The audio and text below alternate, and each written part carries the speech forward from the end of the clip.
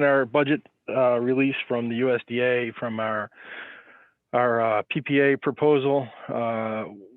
Unfortunately, we requested $4 million and the released budget was $1.2 million. So we're scrambling to kind of adjust our budgets and our work plan based on the new budget. But at least we're moving forward, which is, a couple of weeks ago, we didn't have a budget. So that is news for everyone. And then also inspections are ongoing in the field with cooperation with many of the PRISMs and also the citizen science program where you can claim a grid square. But we have not found any new locations. We have found new egg masses, but in known locations such as Orangeburg, but no new locations have been found to date. As of today, currently right this minute, the trees in the known infested area in the Ithaca area are coming down and being chipped by the crew from the city forester there in Ithaca. So progress on that front. That's really all I had for spotted lanternfly for right now. Super, thanks, Thom. Emily Sheridan asked to make a few announcements. Emily. Hi, Rob, can you hear me? Yes, we can. Oh, I can turn on my video too. Yeah, thanks so much. I just wanted to share that right now we have a request for proposals with our partners at New York Sea Grant to implement actions that, implement the Great Lakes Action Agenda, but also engage youth in those actions. So those are all due by April 30th, and I would encourage you to apply, and I'll put the link to that in the chat box.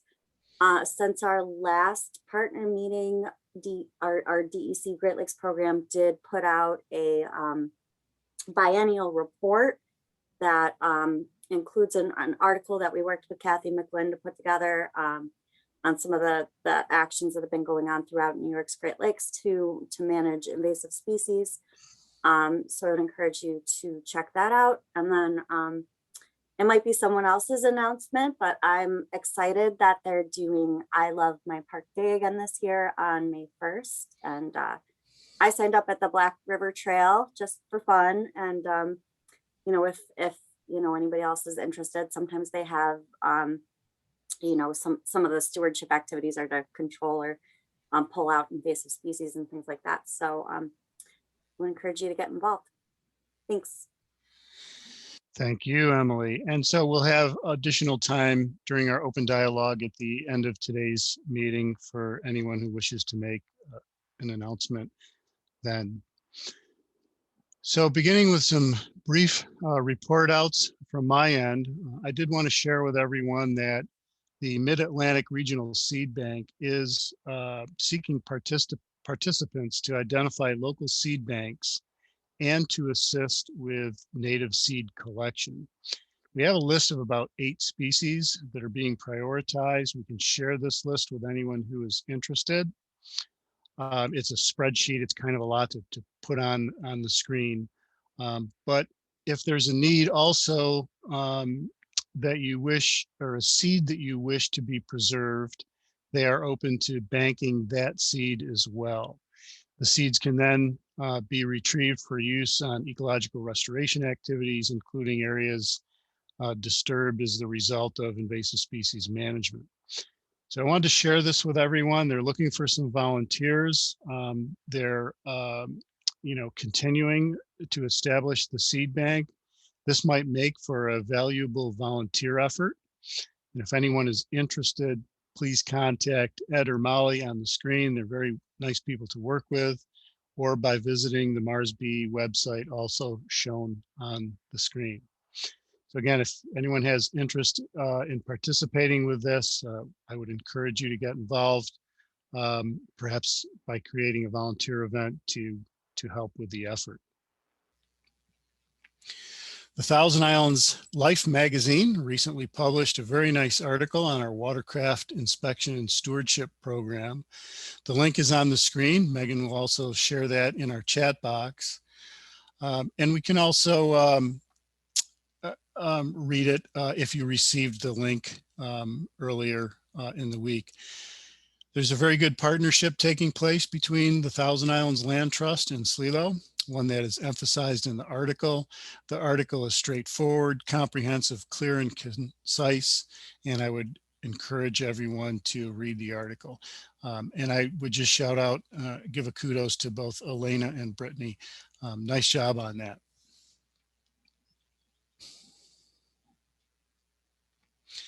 Ambrosia beetles, spark beetles, are mostly non-native. Ambrosia beetles colonize xylem of stressed, dying, or dead trees, and even fresh cut lumber, which was news to me. Pinhole defects and dark staining in the outer wood, along with galleries, are formed and damage the wood.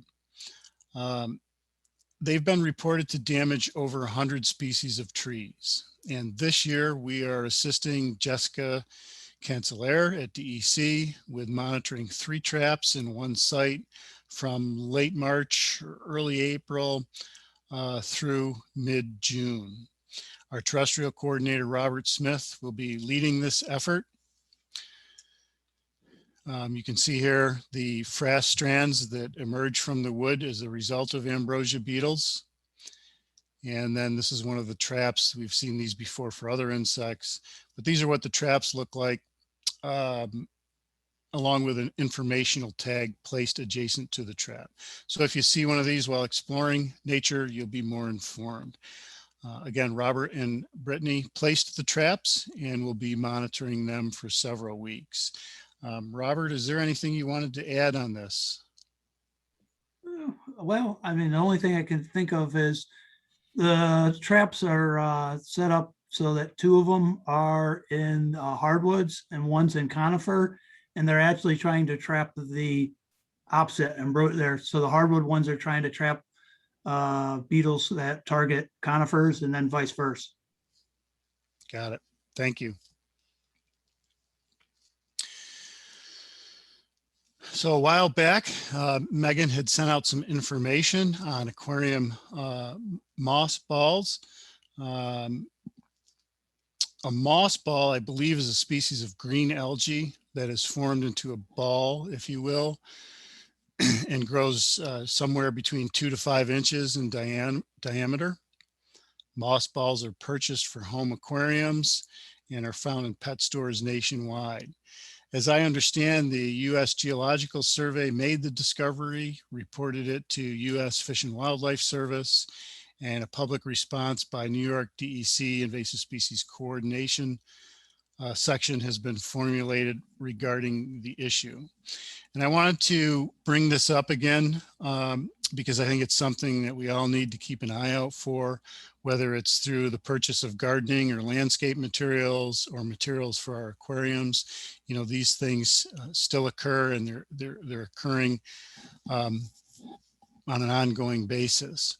So there's a link on the screen for our partners to learn more, and so that we can share this information within our networks. Our EOC, Megan Pistolis, also has more information regarding this issue, as do our partners at DEC in Albany.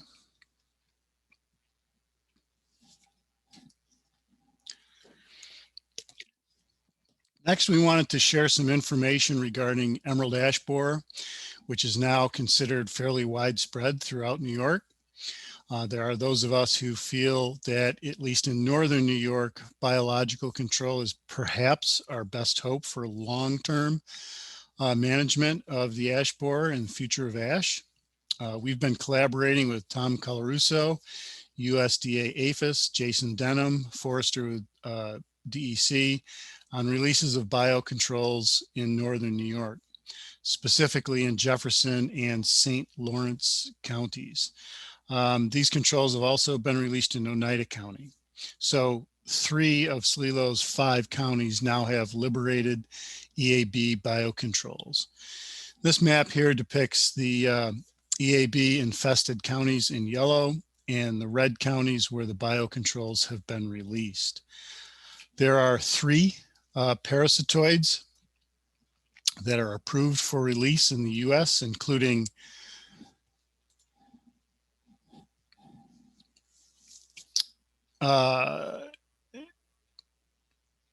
bear with me. So the first one is T. planopennis, Tetrastichus planopennis. The second one is Spathius gulinae, and the third one is Ubius agrillae. We're not exactly sure of which biocontrol has been released at each specific site, but we do know that approximately 1,200 per year of the Ubius agrillae and T. planopennis and 600 per year for Spathius gallinae have been released in St. Lawrence and Jefferson counties. Robert, help me out. Does this sound correct? Yeah, I mean, it's just the same information there that, yeah, I got from Thom Colarusso, 1,200 for Ubius agrillae, 600 per year for Tetrachius planopennis. All right, is that for the T. planopennis or for Spathius? I thought it was for Spathius. It says here 1,200 per year for Ubius agrillae and Tetrastichus planopennis. Oh, Right, I'm sorry, okay. for both of those, and 600 per year for Spathius. My mistake, Spathius gallinae. So, yeah, just to let everyone know they're out there. Hopefully they'll be helping with the suppression of EAB over the coming years. Thanks, Robert. So later in the program, we'll hear from our early detection team about our recent discovery of Hemlock woolly Adelgid in our region. And I thought it would be a good idea and a timely idea to revisit and refresh ourselves on the early detection rapid response protocols developed during our strategic planning sessions. We've used this process several times, and this was perhaps the first time we initiated what we believe to be a level 3 response. Our process is a simplified version of the state's incident command and control framework and works well for these situations. And so there's two pieces to this. There's the early detection and the rapid response. And again, I think that later in the program, when you hear our team talk about the Hemlock woolly Adelgid find, this will make a lot of sense leading into that. So we've identified as a partnership basically two types of early detection. Type 1 is what we call passive early detection, and that's any location, could be inside or outside one of our priority conservation areas. You may have volunteers, laypersons, volunteer surveillance network participants, master gardeners, etc. They may just happen across an invasive species, be able to identify it and report it. And a type 2 early detection is what we call deliberate, and that's where we have trained individuals deliberately conducting surveillance in specific highly probable areas within priority conservation areas. So Robert and Brittney, for example, go out throughout, actually year-round, and looking for specific species in specific areas. And so we have passive and we have deliberate, both work. Typically the deliberates are within our priority conservation areas, and passive is more outside of our priority conservation areas. That leads us to a rapid response. I typically refer it to as a strategic response because the responses are different depending on the situation and the species.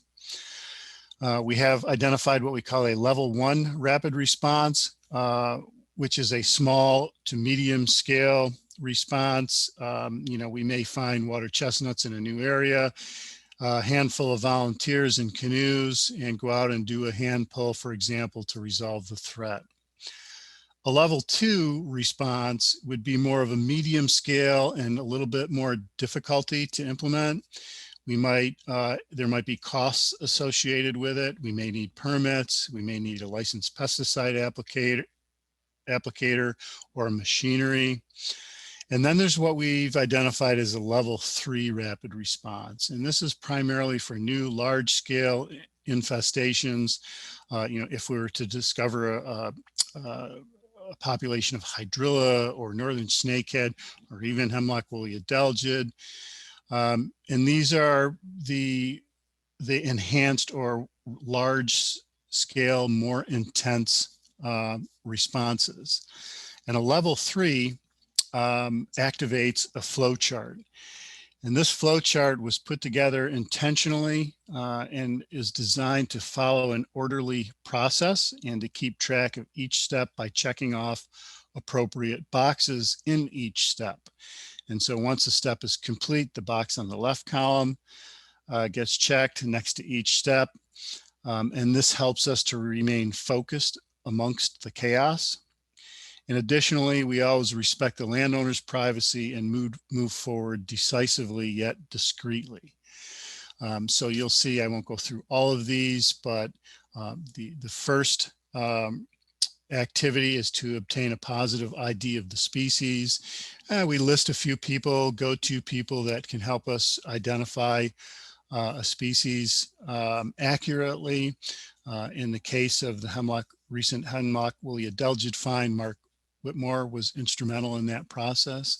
Once we've obtained a positive ID, we check the appropriate boxes off. Then we put together a response team. In the case of the Adelgid, we put together what we call a strategic response and assistance team. We notify certain people, and then once we have that team together, we move down through the remainder of the list. We do the appropriate surveys, we determine the best BMPs. Eventually there's community outreach, there may be permits involved, we implement, and then we monitor our results. So it's a very, how should I say it, simplified version of the state's rapid response framework. And again, as you'll hear under the upcoming Hemlock woolly Adelgid discovery, it's a process that works quite well. It's a system that we as a PRISM have in place for our region. It works well, and I thought it would be worthy of a refresher with our partners. So when these situations come up, rather than wondering what to do, we simply follow a very straightforward strategic response to that particular activity. You'll hear more about this later in the program. And lastly, I just wanted to mention to everyone that we will continue to be following guidelines for the health and safety of our team, including volunteers and social interactions. We want to make certain that we operate in a safe and healthy manner. Some actions that we will continue to practice until further notice include social distancing, hand sanitizing, sanitizing of tools, no closed compartment situations such as vehicles, and also we will comply with applicable laws, etc. I just wanted to remind everyone of this as we and our team move into the prime field season. Until further notice, we will be practicing these health and safety protocols. Those are some brief updates from me. Next, I'd like to introduce Thom Allgaier, the Invasive Species Coordinator with the New York State Department of Agriculture and Markets, Division of Plant Industry.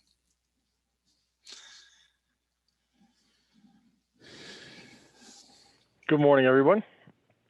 Just going to go over some of the recent findings we've had with our Part 575 violations. Sorry about that. All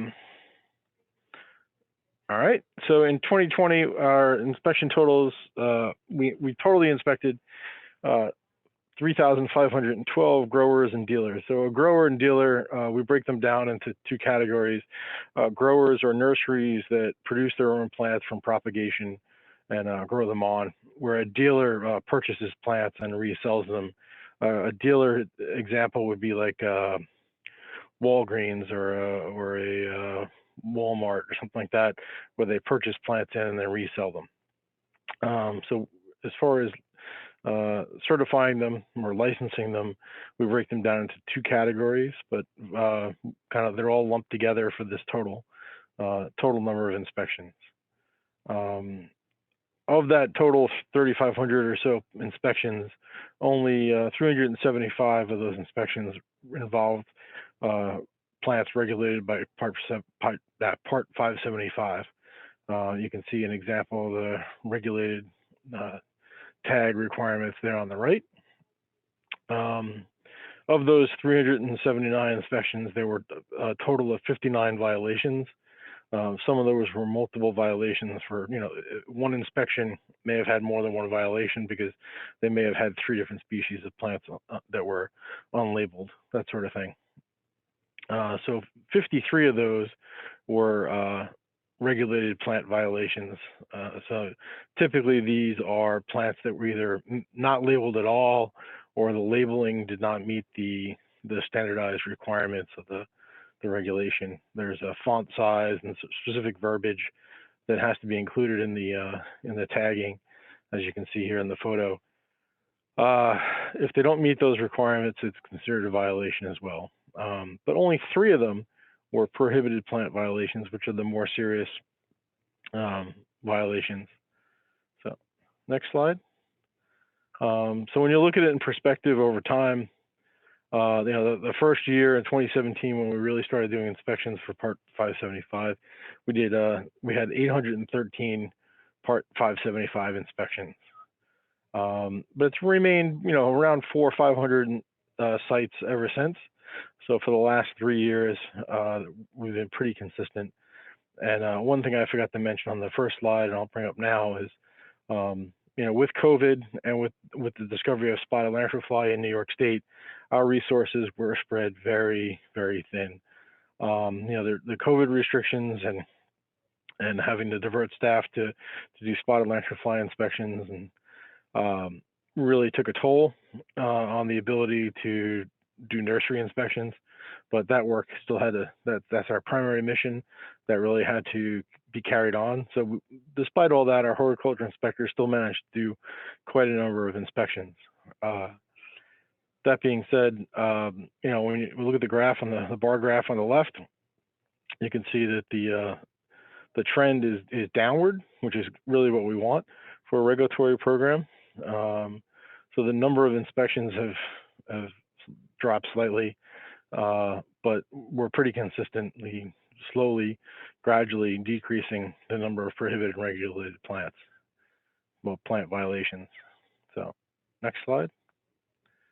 When you look at the regulated versus the prohibited plants have been consistently a lower percentage, a much lower percentage of the overall violations. When you look at the total number, which is it's blocked by the arrow there, I don't know what happened in the formatting there, but the total violations for Part 575 over the past 4 years have been 375. So that's roughly 19% of the overall violations that we've ever come across in the 4 years. So as far as a regulatory program, that's pretty good compliance. But as you see, that's kind of skewed because of the first year. Next slide. So when we look at the compliance over time, you can see that the number of violations continues to decrease, as well as the number of inspections. Although as I mentioned, it's still relatively close to between 400 and 500 inspections. Here's another example of a different type of invasive species. Regulated invasive species labeling requirement there on the pot on the right. The sticker versus the actual plant tag. I think these are the preferred types. They're less visible when the plants are kind of bunched together on benches sometimes, but they're less likely to be taken off or accidentally fall off while being moved around the nursery.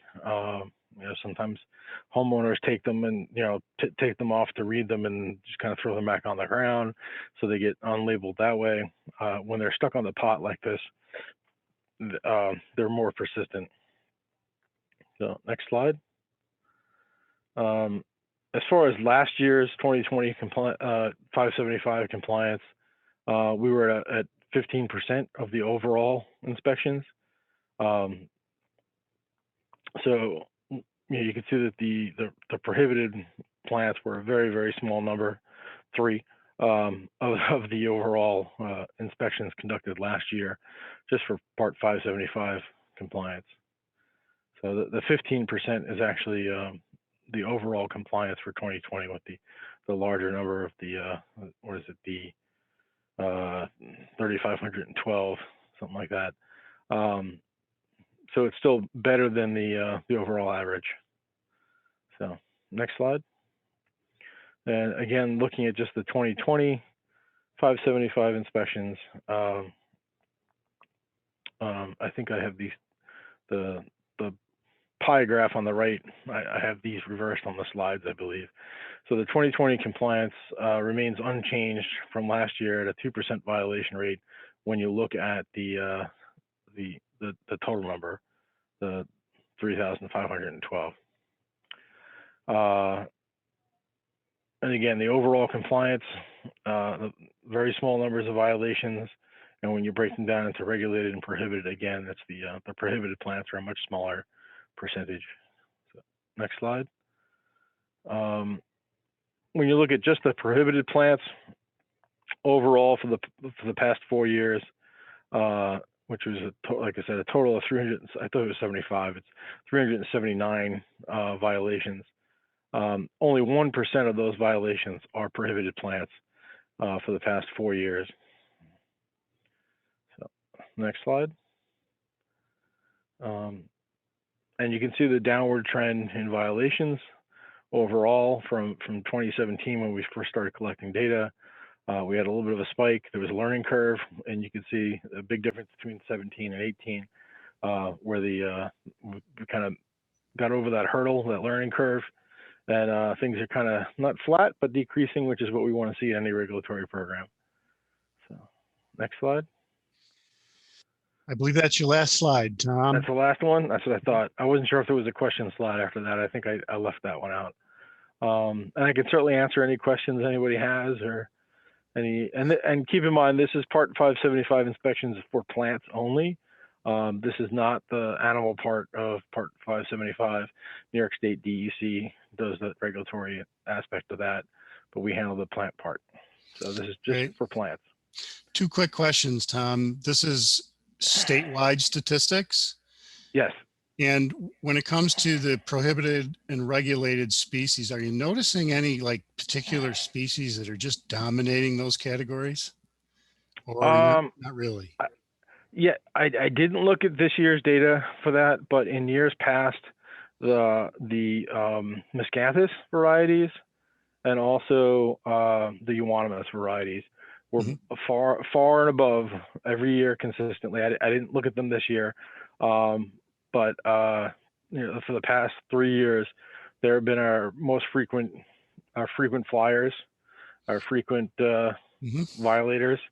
And originally I was thinking that the big box stores were the you know, more of a problem than they were, but when we actually looked at the data, it's not. It's some of them, you know, it's kind of across the board, whether I wouldn't say the mom and pops or the big box stores, it's a blend of the two. What we've been trying to do to rectify some of the issue is plants seem to be coming in from nurseries out of state that are unaware or uncaring of our Part 575 regulations here in New York State. And I've kind of reminded them that if they ship plants to New York, they have to be labeled before they ship. It's their responsibility, not the receiving nursery. So even though the receiving nursery is getting the violation for offering the plants for sale, it's the shipping nursery from out of state that is really causing the issue because they're not shipping the plants properly labeled. As far as the prohibited plants, we've had a little bit of that too, where the other states didn't realize that they can't ship certain cultivars. You know, they thought they were sterile, but they're not. So that's really where the bulk of the violations come in, where we have some exemptions for barberry and some others that are sterile cultivars, and but they're very specific to those specific cultivars. They're not just any sterile variety, and that's caused some back and forth with the nursery trade as well. Well, great. Thank you, Thom, for the information. And it's nice to know that Ag and Markets is keeping their eye on these things out there. So next, I'd like to introduce Zack Simek. Zack is our Conservation and GIS Analyst, and he's been doing quite a bit of work, technical work for SLELO PRISM, and wanted to give him an opportunity to connect with our partners and share some of his work. Zack. Thanks, Rob, and good morning, SLELO partners. It's great to be here virtually. So yes, I just wanted to take a moment first to really just introduce myself. I have been working in this role as Conservation and GIS Analyst with the SLELO PRISM for a little over a year now, which is kind of hard to believe. But for a few of our last partner meetings, I've only been able to dial in via phone, so it's nice to finally see some of you. Just to provide a quick kind of background on my role here, I'm actually not new to the PRISM network. I've been working with the Nature Conservancy's Adirondack Park Invasive Plant Program, or Adirondack PRISM, for a little over 6 years.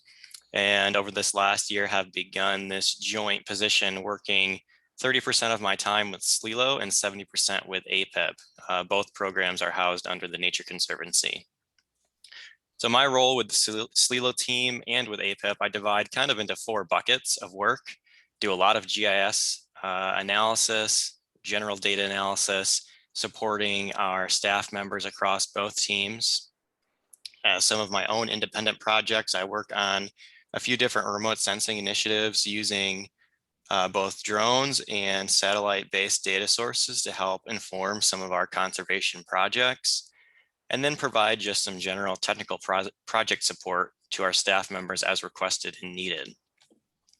I wanted to highlight a few examples of work that I have been doing with the SLELO team members over the past year or so.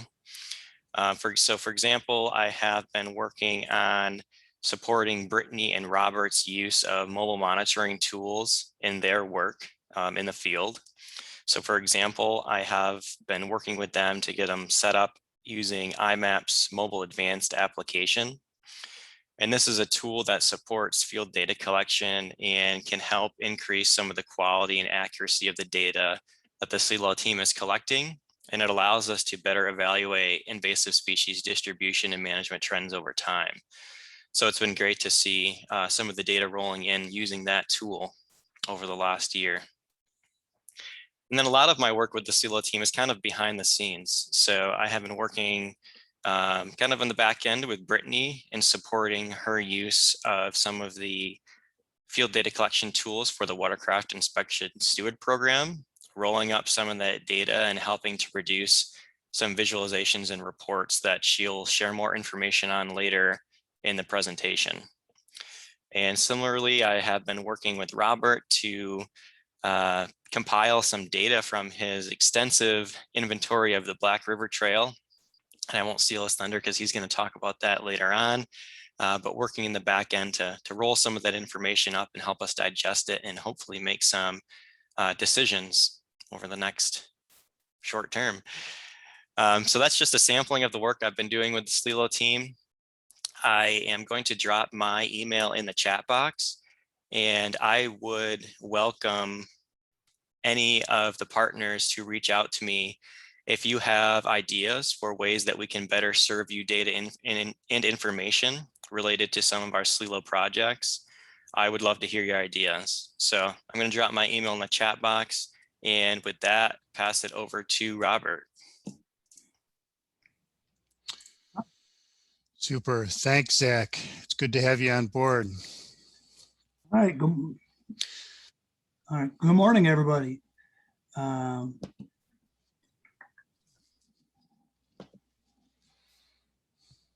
There we go. All right. I wanted to start my presentation by talking about HWA and SLELO PRISM and HWA surveys that Brittney and I have conducted over the winter. As many of you already know, HWA was found by Brittney and me in the southwest portion of Oswego County. So we basically joined the rest of the state in having HWA present in our region. So we can no longer say that we're the only region in New York State to not detect HWA. HWA was found at 3 sites that we surveyed over the winter. On February 18th, 2 woolly masses were found at site 1, which I examined with a microscope and took pictures of. And then I emailed those pictures to Mark Whitmore, a entomologist at Cornell University. Upon verification, the DEC and the landowner were notified.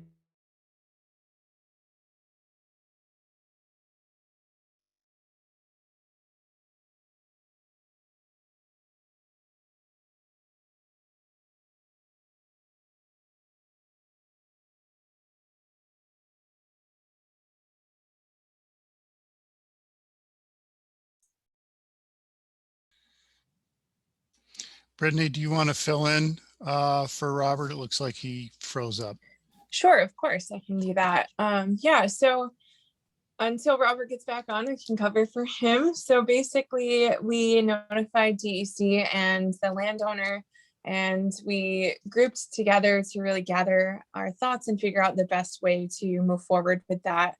And so we ended up going back to the site with a couple volunteers, a couple staff from the owners of the property, and conducted a really in-depth survey of the property and the extent of the infestation at the one site.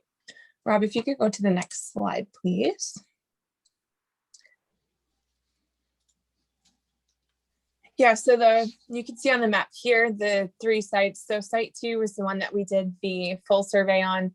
And after that, we were talking with the landowners, and we actually went to the 3rd site, which is really over towards our border at site 3. And it was just a small hemlock stand there, but we did end up finding HWA at that 3rd site.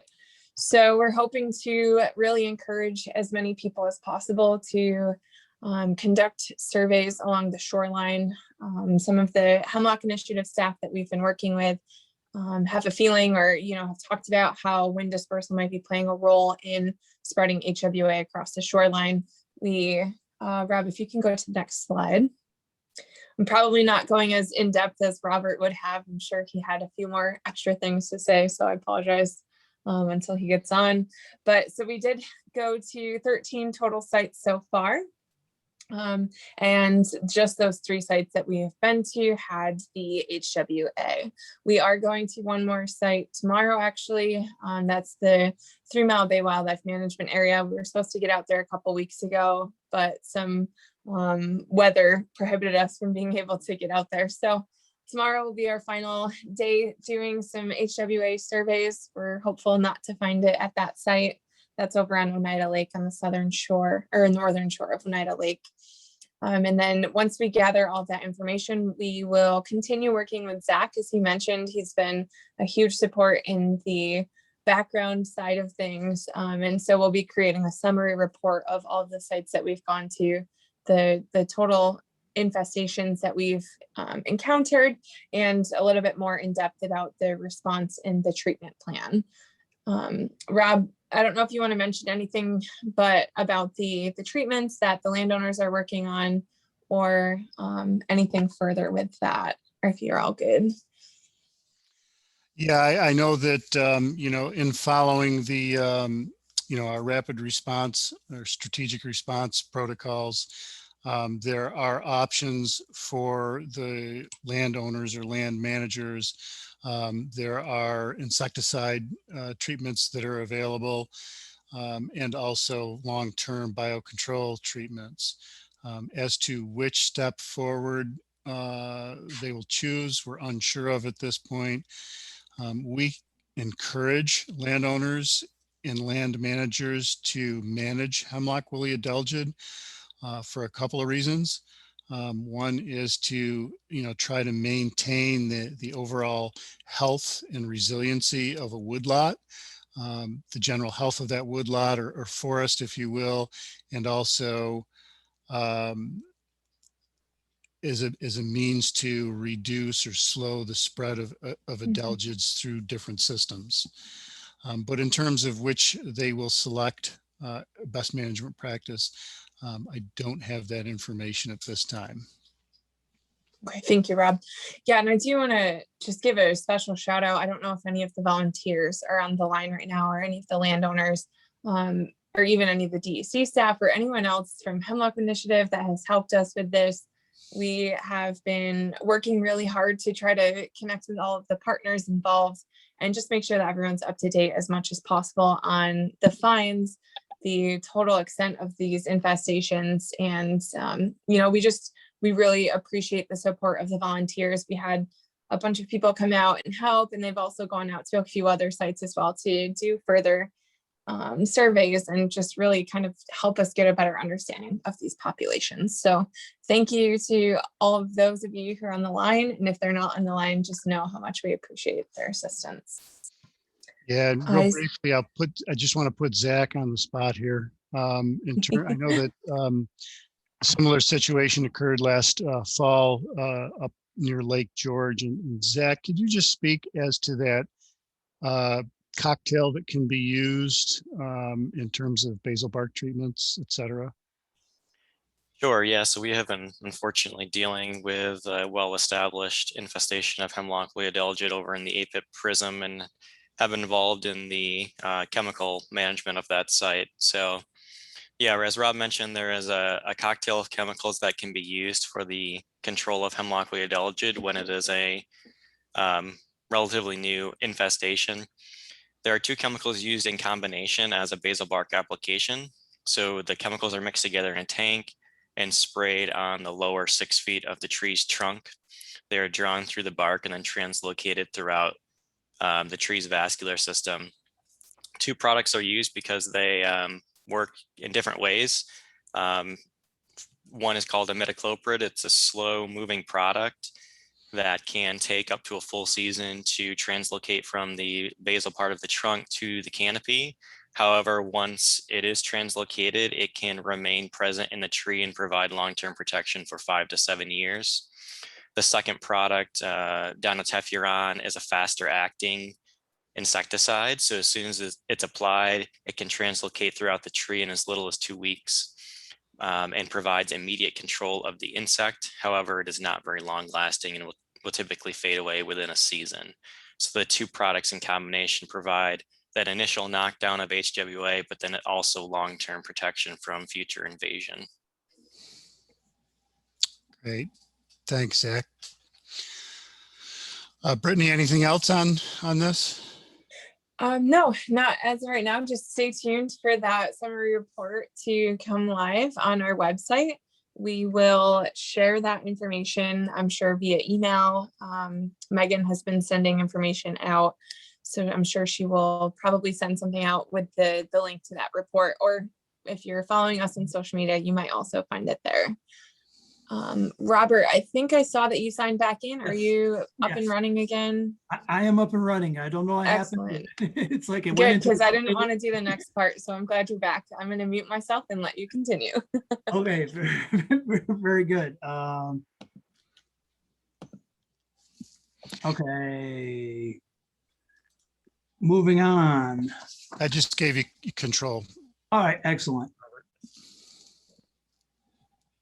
All right. The next topic I would like to talk about is the 2021 Invasive Species Suppression and Control. Last summer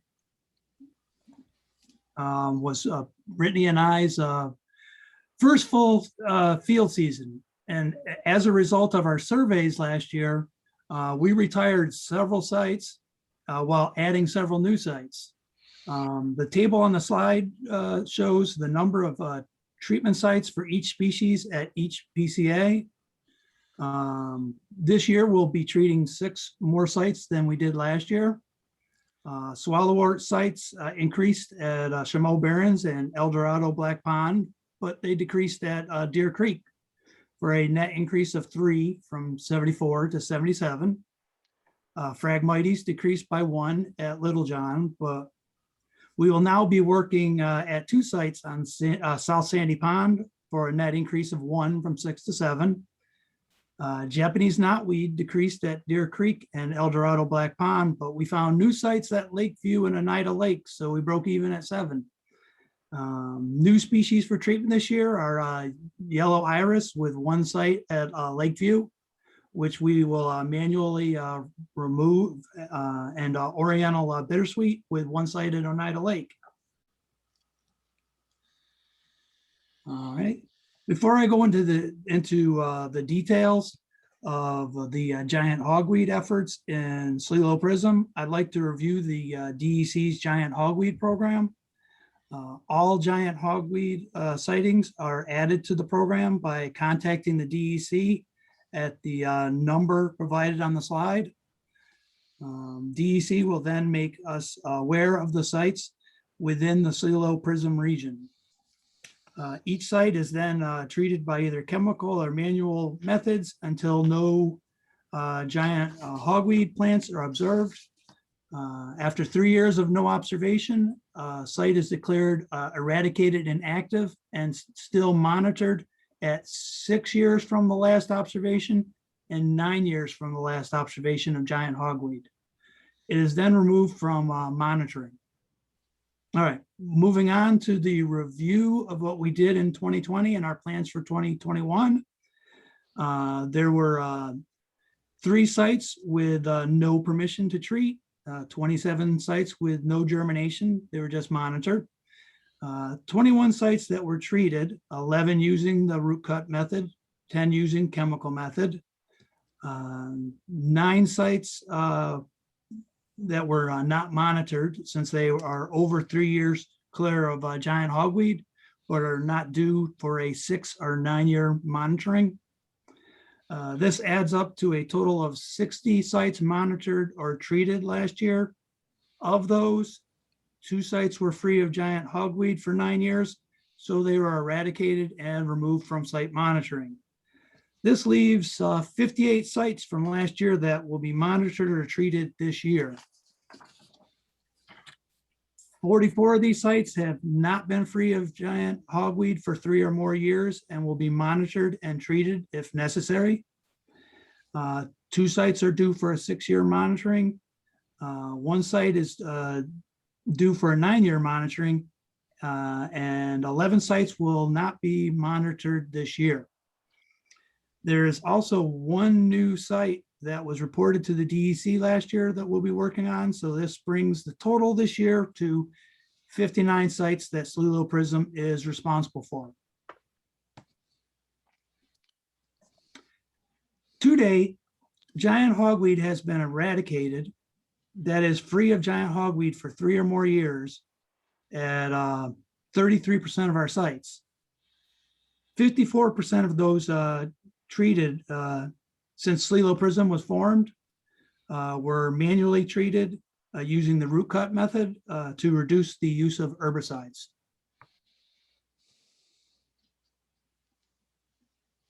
Urban Forest Sustainability Initiative. The Urban Forest Sustainability Initiative promotes resilience to invasive pests, pathogens, and climate change through increased tree species diversity, planting climate adaptable trees, planting native trees, pest management, and right tree, right place.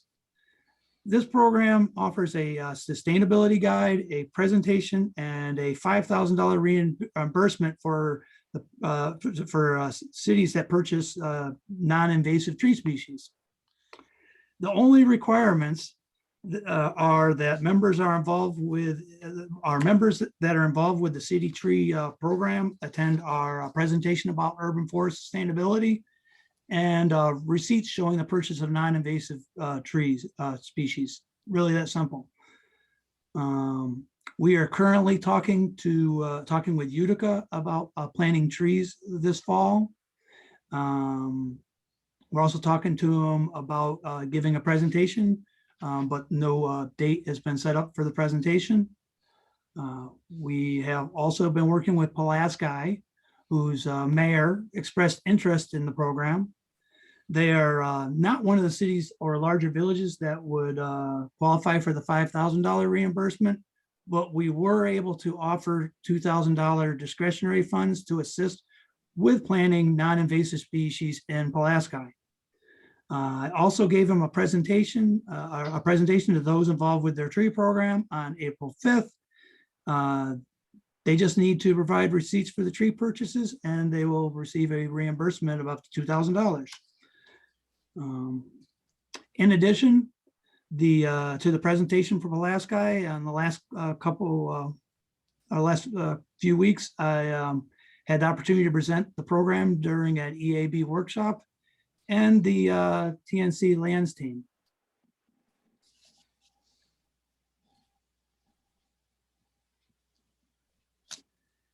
As many of you know, the area of the Black River Trail, we're doing a feasibility study there, goes from Watertown to Black River and is 3.5 miles in length. It is frequently visited with an estimate of 104,000 visits to the trail in 2019. The issue with this trail is the abundance of invasive species, such as Oriental bittersweet, swallow or buckthorn, and honeysuckle. Last summer, we divided this trail into 29 compartments, with each compartment being 1/8 a mile in length and the width going to the river to the north and 100 feet from the trail to the south. A survey of each compartment included collecting data using Survey 123 about the types of natives, non-natives, and invasive species, and the quantities of each, as well as the location of natural and man-made features such as tributaries and culverts. During the winter, we analyzed the data we had collected. A main focus of our analysis was prioritizing these compartments for control work. I would like to briefly walk you through the methods we used to determine this and the results produced by our methods. The first step in this process was to break the compartments down by Floristic Quality Index, or FQI. This is a common index for determining the quality of a plant community. It is produced by multiplying the mean coefficient of conservatism score for the species present in the compartment by the square root of the number of species in the compartment. The coefficient of conservatism is a common index for a plant species, going from 0 for species that have little environmental restrictions to 10, a plant requiring a narrow range of environmental conditions. Each compartment was then categorized as low, high, or natural area by these FQI scores. At this point, we decided that those compartments categorized as natural areas would be our highest priority for protection and control work, while those categorized as low would be excluded or placed at the bottom of our priority list. Those compartments rated high required more information to determine where they should be on the priority list. We called what we came up with for prioritizing the high category a summary score. This score is a weighted sum of a native species score and an invasive species score. The native species score is weighted at 20% and the invasive species score is weighted at 80%. This gave us some further weight to the quality of the site, but emphasized where invasive species control was of greatest need. As you see on the slide, the native score is a weighted sum of the rank or quantile of each compartment's FQI score and the rank or quantile of the compartment's number of exploitably vulnerable species.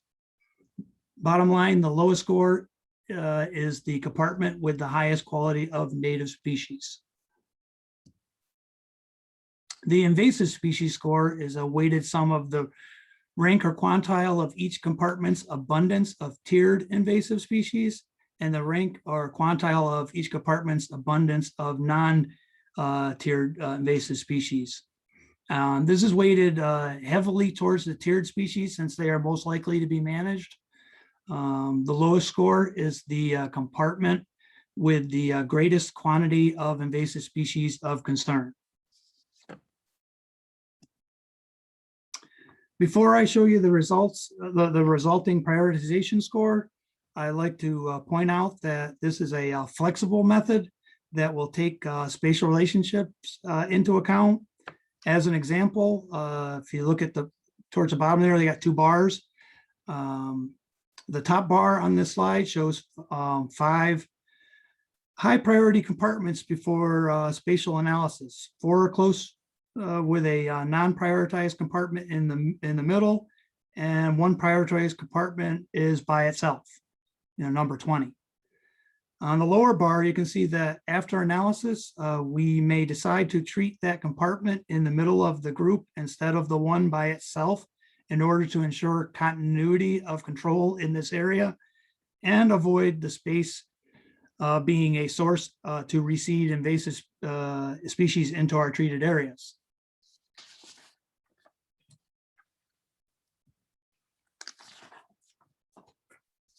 The result of our calculations can be seen in these tables with the natural area compartments given the highest priority score of 1.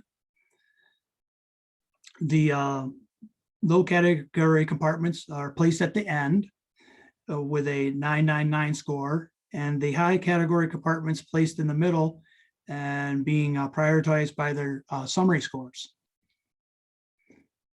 We are currently finishing the feasibility report draft, which will be sent to the New York State Office of Parks, Recreation, and Historic Preservation for review. And we are collaborating with them on this project, and they will be actively involved with us when it comes to invasive species management and restoration of the Black River Trail. And this concludes my terrestrial coordinator updates. Brittney is next with the aquatic coordinator updates. Brittney.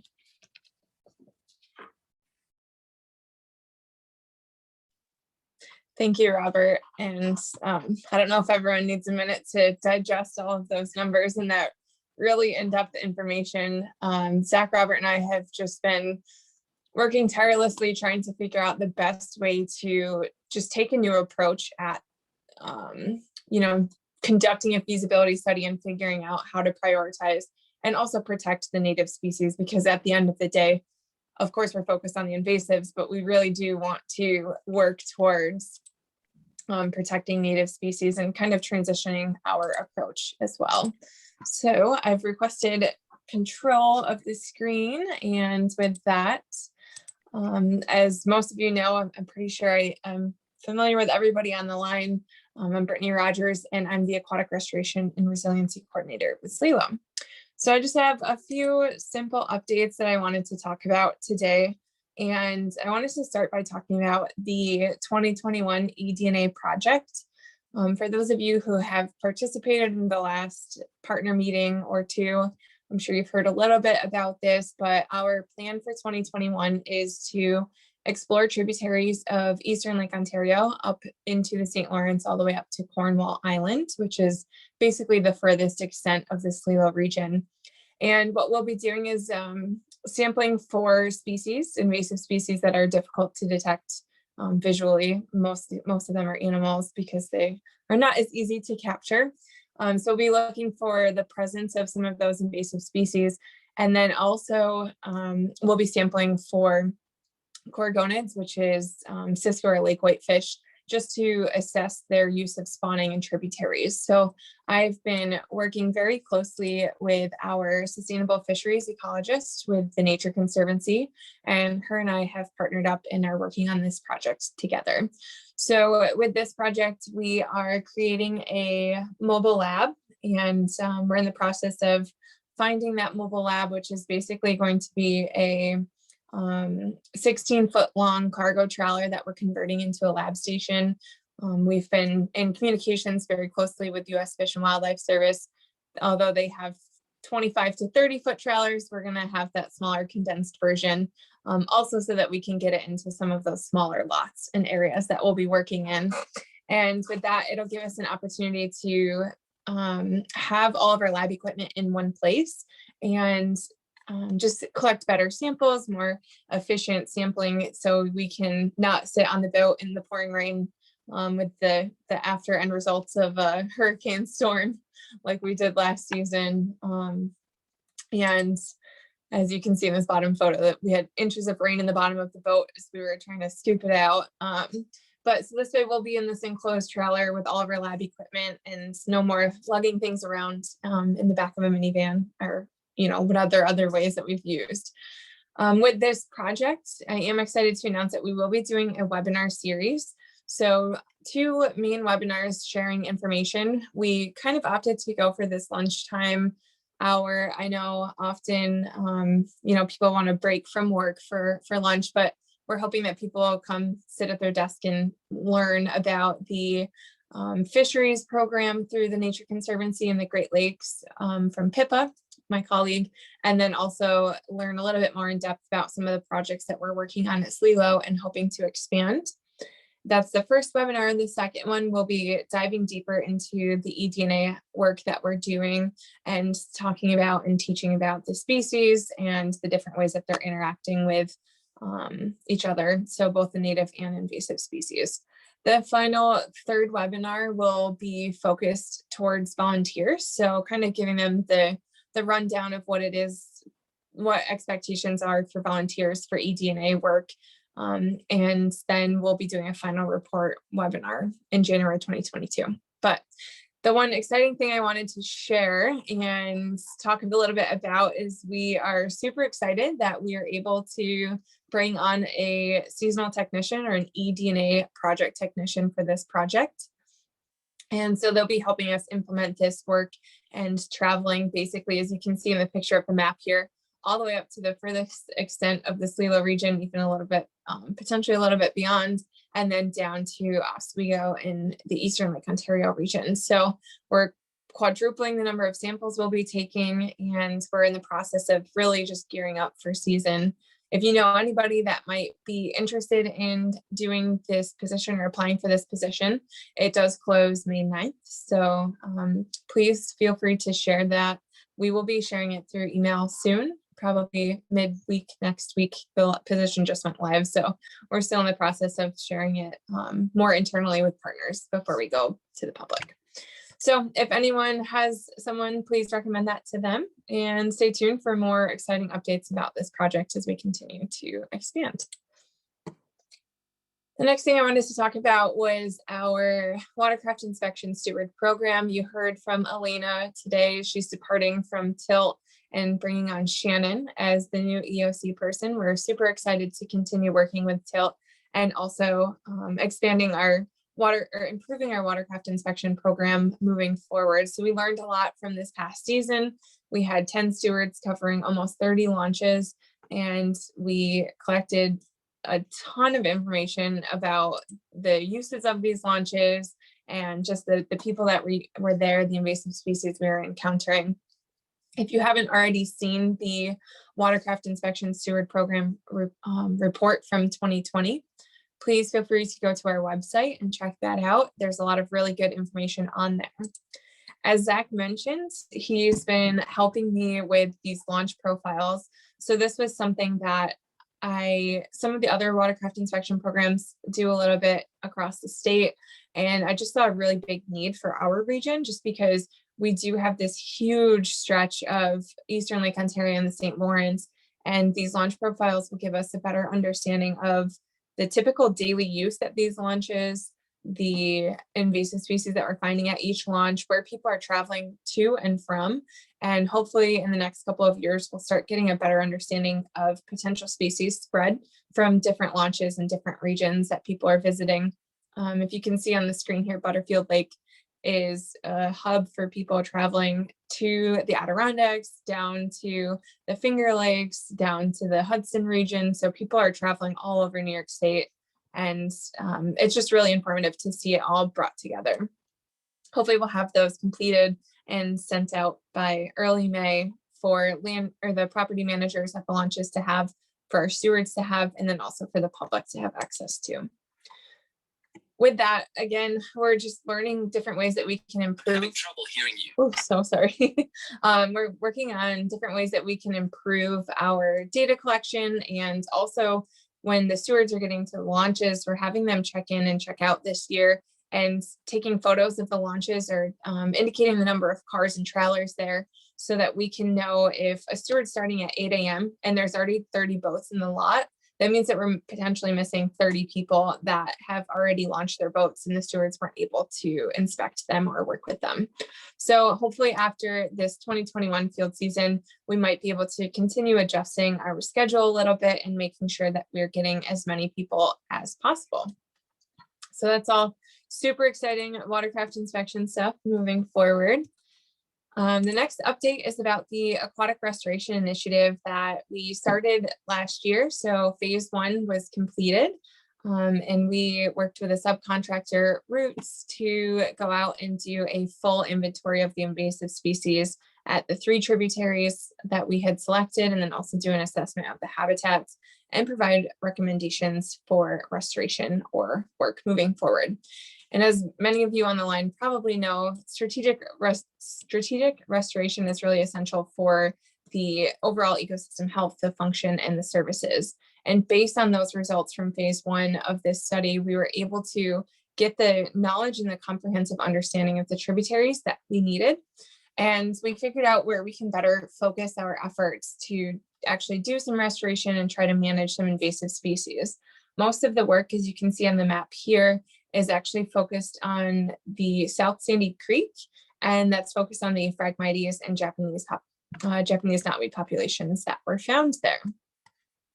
As Robert mentioned, we are also planning to treat there's a stand of Phragmites north of the channel of Sandy Pond that has been there, and there's been a lot of other restoration work and projects happening. So in coordination of all of that, we're working with some of these other programs.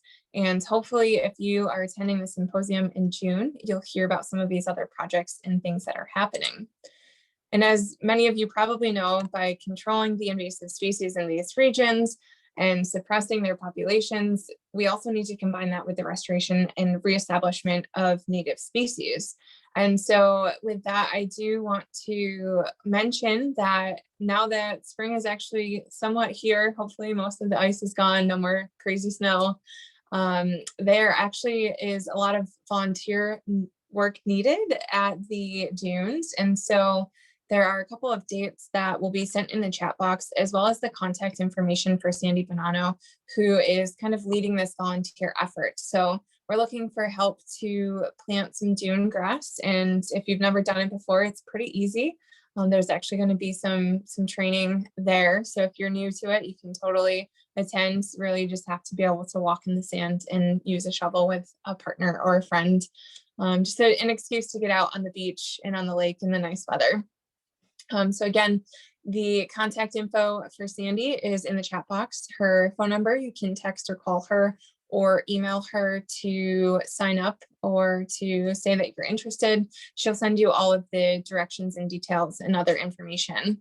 And the 3 dates are April 24th, May 2nd, and May 8th for that.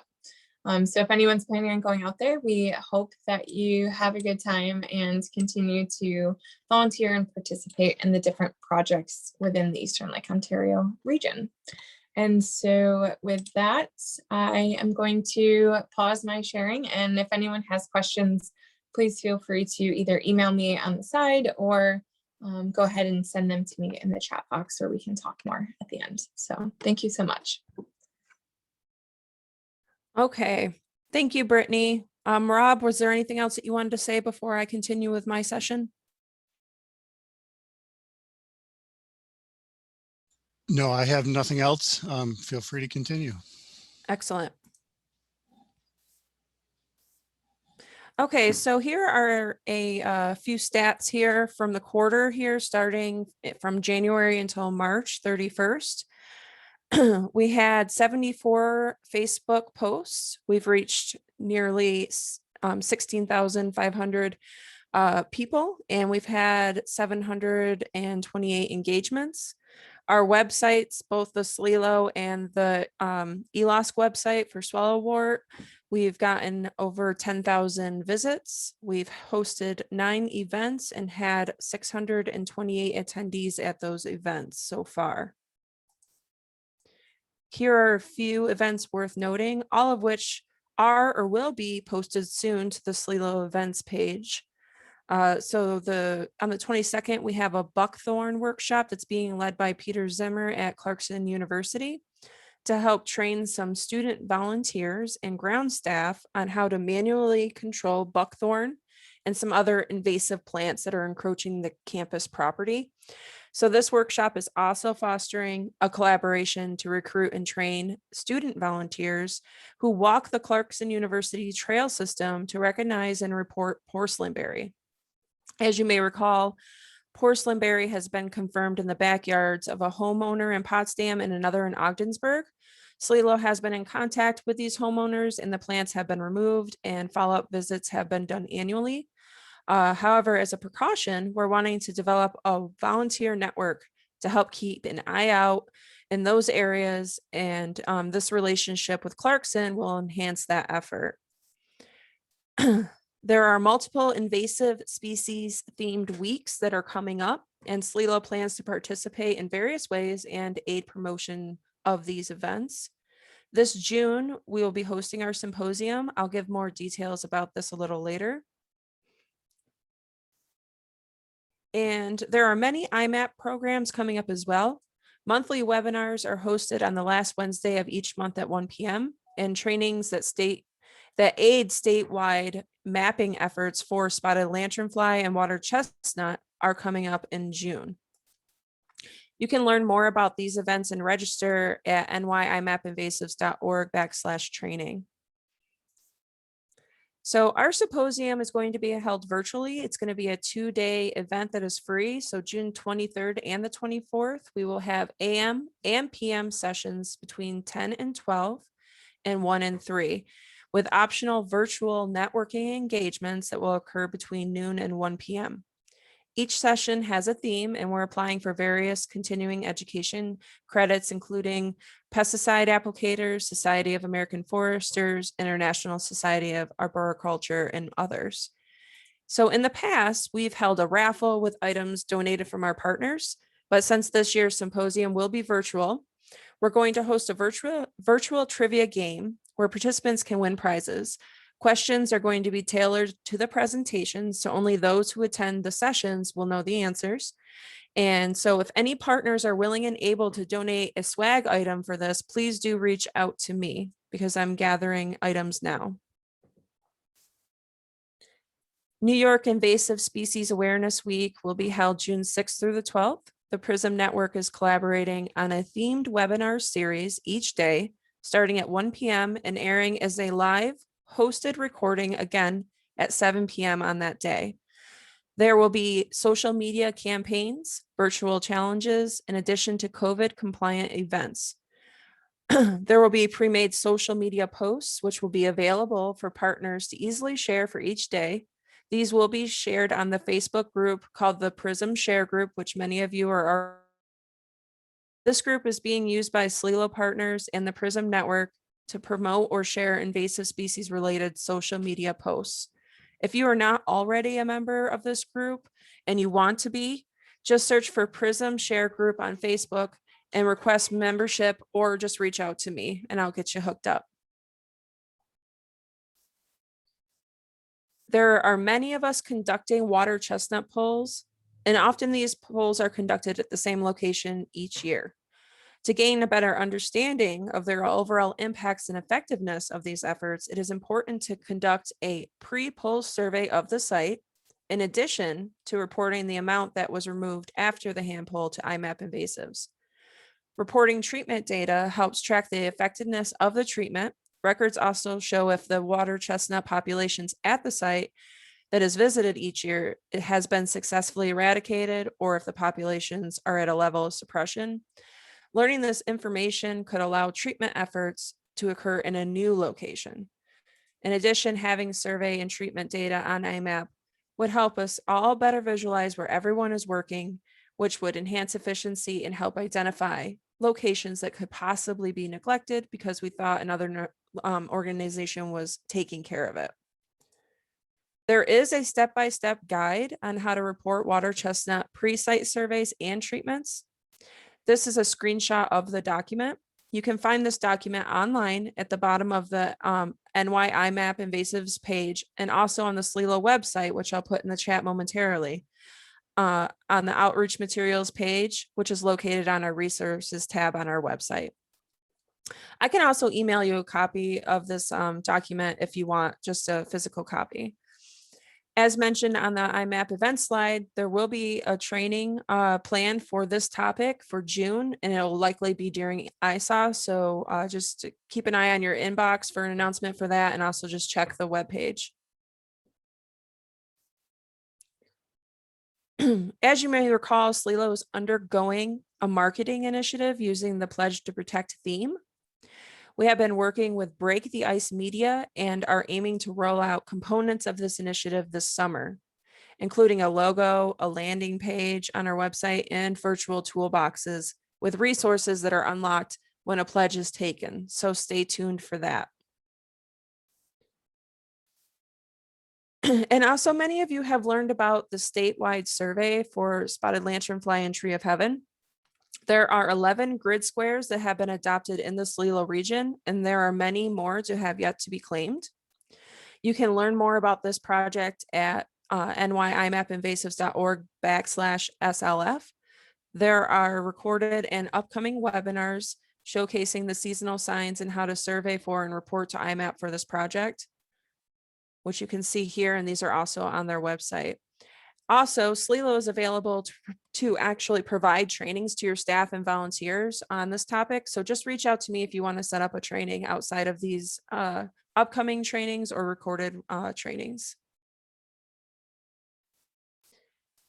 And I'd like to end with a personal thank you to those who supported the Virtual Hike Challenge, which was a social media challenge developed to enhance early detection efforts and awareness for Hemlock woolly Adelgid in the SLELO region. That is now over. We did reach thousands and engaged hundreds and got about a dozen or so volunteers to actually go out there and look for Hemlock woolly Adelgid. So I wanted to thank the Tug Hill Tomorrow Land Trust, Indian River Lakes Conservancy, the Thousand Islands Land Trust, New York State Zoo, the Black River Environmental Improvement Association, and Outdoor Education Program for collaborating on this effort. And thanks. Reach out to me with any questions or events or updates or promotional needs you may have moving forward.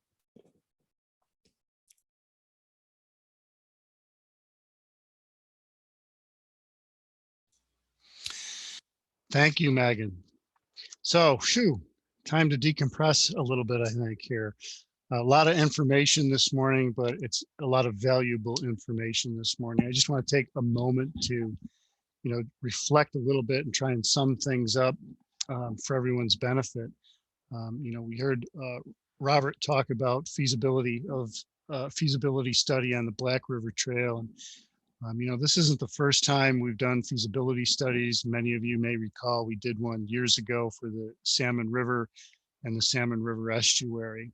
Although each one takes a slightly different approach, I think that it's important that before we get involved in a large scale project like this with multiple landowners and partners, that we do this type of assessment to make sure that, if and when we get involved with an initiative like this, we're doing it with, ecological integrity and getting the most for our efforts and having the greatest conservation impact on these types of systems.